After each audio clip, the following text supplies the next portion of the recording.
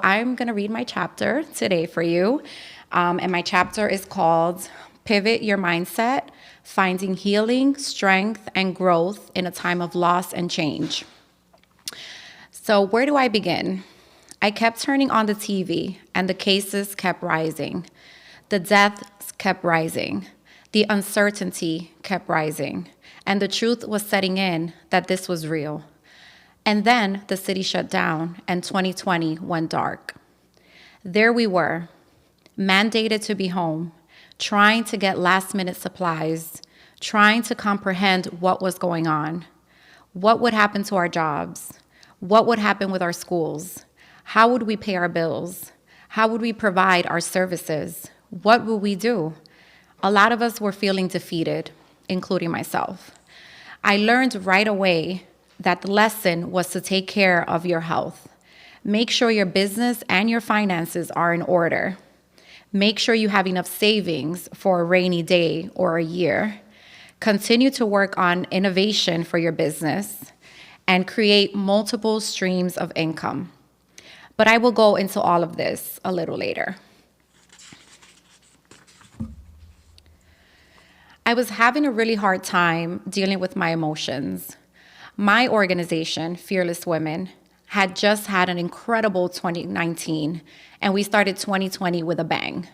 We had a great opportunity to hold a vision board workshop at the top of 2020 at a women's shelter. We brought together a group of incredible women who shared their stories of trauma and triumph, but who knew that soon after that event, our lives would change due to COVID-19, and our vision boards would fade. My passion is to empower, motivate, help educate, and inspire women. But during the pandemic, I felt numb. I wondered, what do I say to my tribe? How do I uplift my community and my followers? So many were mourning a family member, struggling with the loss of a job, overwhelmed with having to homeschool their children, and just feeling anxiety due to the uncertainty. And there were those dark questions. What if someone was now left home alone?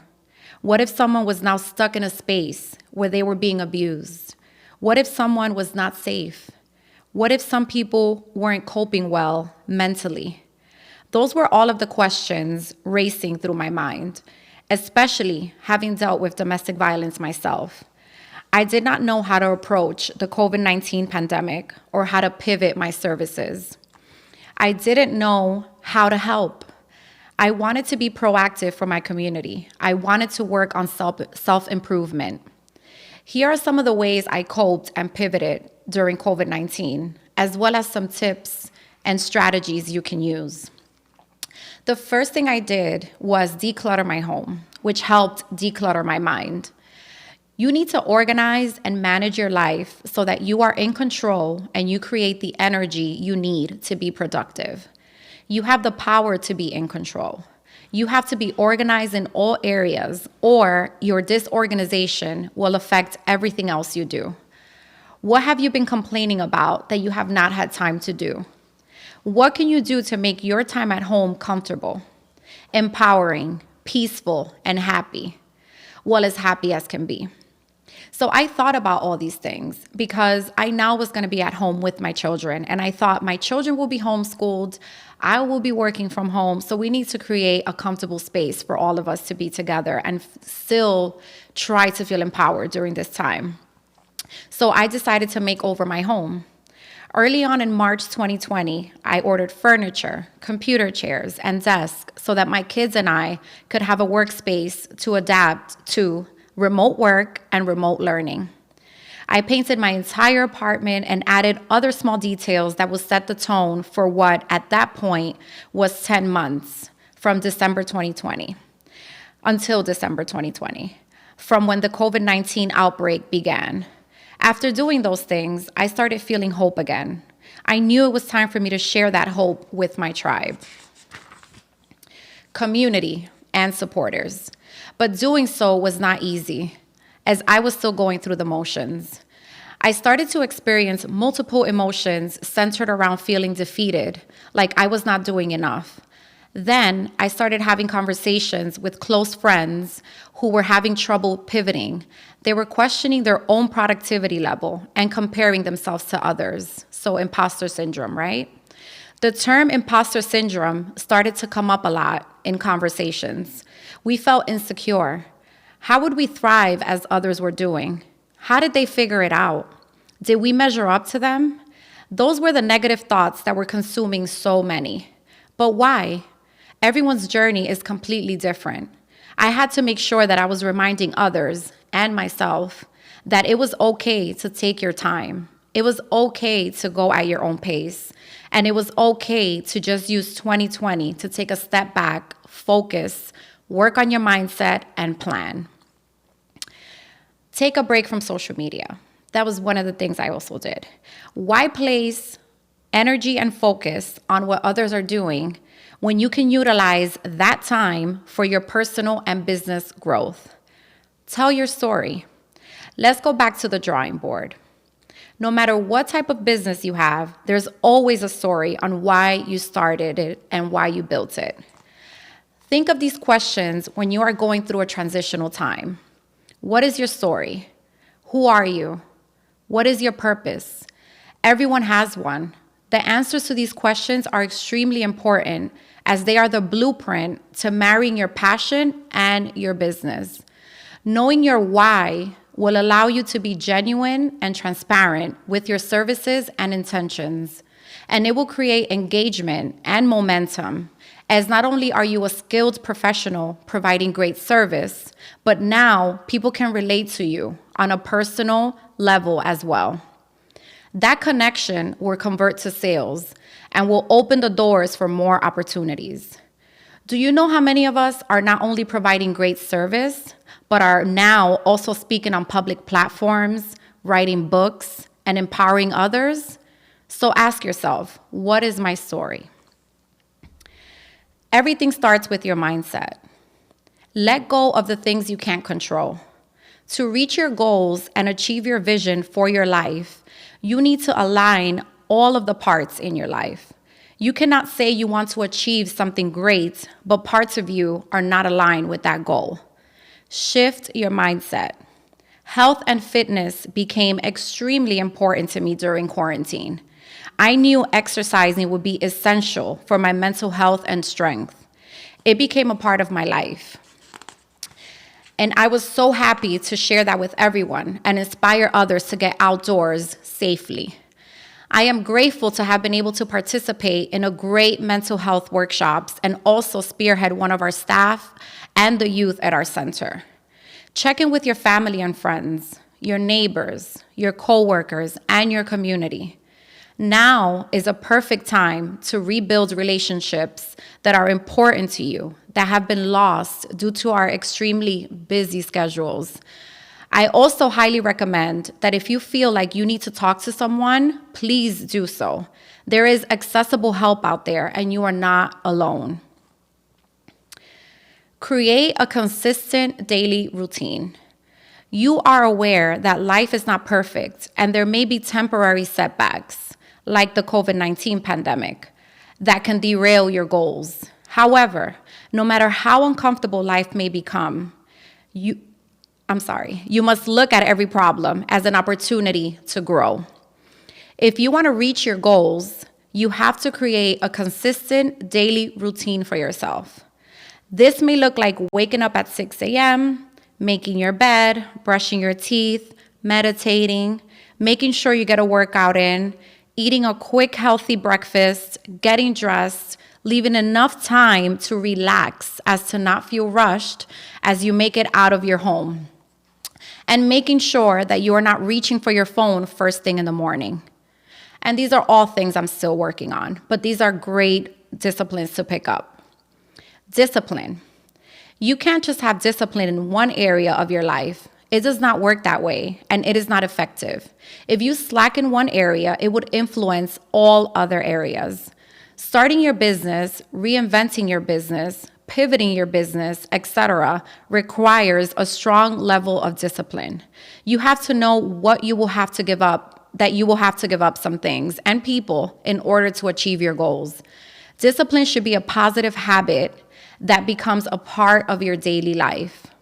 As we all know, this COVID-19 time may become a lonely one for you, but it is worth the sacrifice.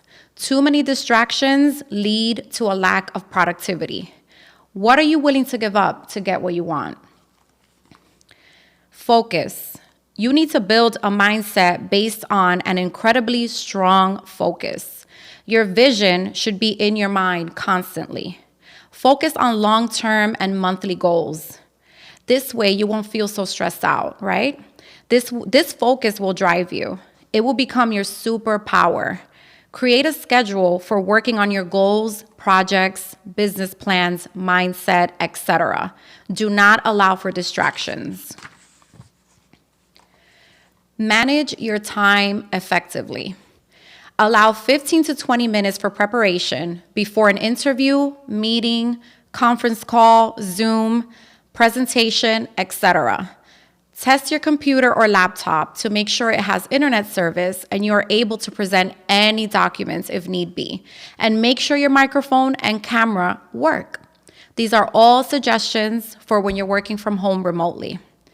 Be prepared and on time. Remember that time is your most important commodity. Once it is gone, you will never get it back. Get your business in order. Take a look at your business. Are there any loose ends? Are there any things you need to get in order? Do you qualify for small business loans? If not, why not? So many of us are operating our businesses without structure. The way your business structure is set up determines how strong and effective your business is. Hire a professional within your budget, but who is good, and get your business in order. Whether you are an entrepreneur who is employed or unemployed, on your own, or a seasoned vet, you must do things differently in order to survive a shift in your business. The good thing is that the fundamentals, such as tenacity, commitment, vision, and basic business skills have not changed. However, new strategies are required.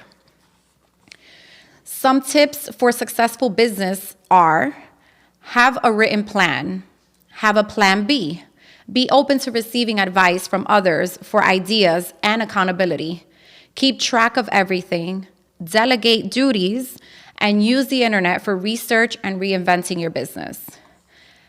Pivot. Pivoting is an opportunity for a new beginning. A lot of us had to pivot our businesses during COVID, but instead of looking at it as negative, let's look at it as an opportunity for a new beginning. Embrace the fear of the unknown. Every change you experience allows you the opportunity to add to the new knowledge of self into your identity, sense of purpose, and into your business. All of the obstacles you overcome and the change you experience will help you grow and become more of you, of who you are. Change is a part of life and a part of evolving. Embrace the change you are experiencing and tap into your sense of empowerment, contribution, significance, and belonging. Separate yourself from the challenging experience you are facing. Maintain self-care routines and rituals. Focus on your resilience. Ask for help.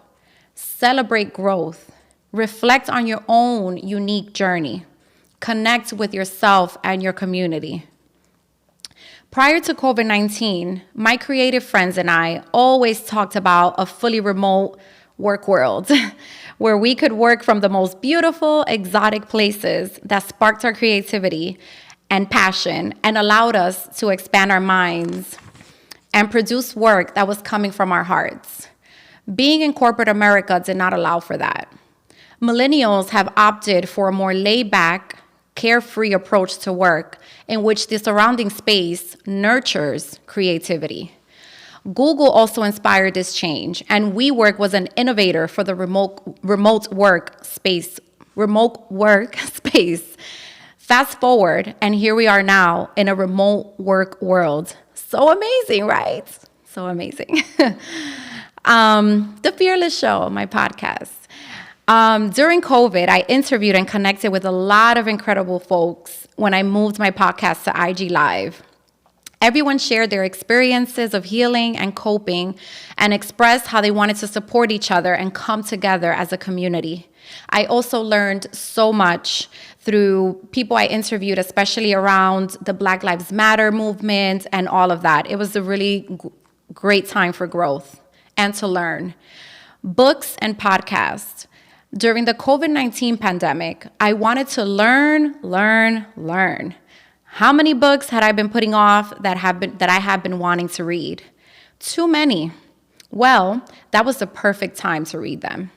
Again, not only for me, but so that I can share with my tribe all that I learned and how I was utilizing my time. I networked a lot virtually and learned through many workshops that were led by industry pioneers who I have always admired. It was so amazing to see how easily accessible those folks were virtually. I am grateful that I was also asked to participate as a speaker in workshops for Google, the Powerful Women in Business organization, and Harlem Community News. I started teaching youth at my center and in college spaces, and I did my very first TED Talk. That was exciting. The 7-day entrepreneurship program. I provided a platform for education during the COVID-19 pandemic by putting together a team of experts that touched on areas such as Business 101, branding, financing, bookkeeping, taxes, public speaking, marketing, networking, and leadership, all of which are areas that are super important when starting your business. That workshop actually turned out to be a bit of a challenge, as now the competition shifted to the virtual space, and I was competing with other workshops. I learned that the pivot would not be as easy as I initially thought. Nonetheless, I was up for the challenge, and I'm learning from what went wrong, what went right, and what needs improvement in our new virtual space. Virtual networking spaces. There's so many great networking spaces that improved the way we interacted during the COVID-19 pandemic. I encourage you to check them all out. Here are a few: LinkedIn, Instagram, Facebook, Google, Meetup, Clubhouse, which I have yet to master, Teams, Meet, Hangouts, Zoom, and WebEx. At the end of 2020, it became clear that people naturally crave human interaction. And it is hard to contain a population during a pandemic when folks do not prefer to be alone. I spoke with single individuals who have no children and no significant others, single individuals who do not live with their families, individuals stuck in domestic violence or abusive situations, elderly people who were not able to see their families, and those of us who dealt with the loss of family members and friends. And we all shared a commonality: loneliness. The year 2020 was devastating.